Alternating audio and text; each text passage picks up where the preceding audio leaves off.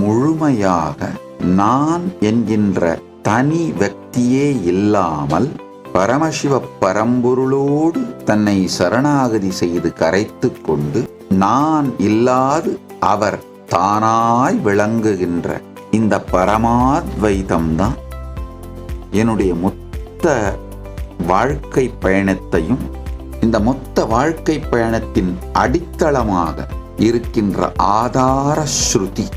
இந்த மொத்த வாழ்க்கை பயணத்தையும் ஒரு வார்த்தையில நான் சம்மரைஸ் பண்ணணும்னா பரமாத்வைதம், முழுமையான சரணாகதி. பரமசிவ பரம்பொருளுக்கு முழுமையாக சரணாகதி செய்து நான் அவருள் கரைந்து அவர் தானாய் விளங்கி அவர் எப்படி நடத்துகின்றாரோ அப்படி நடத்துகின்றார்.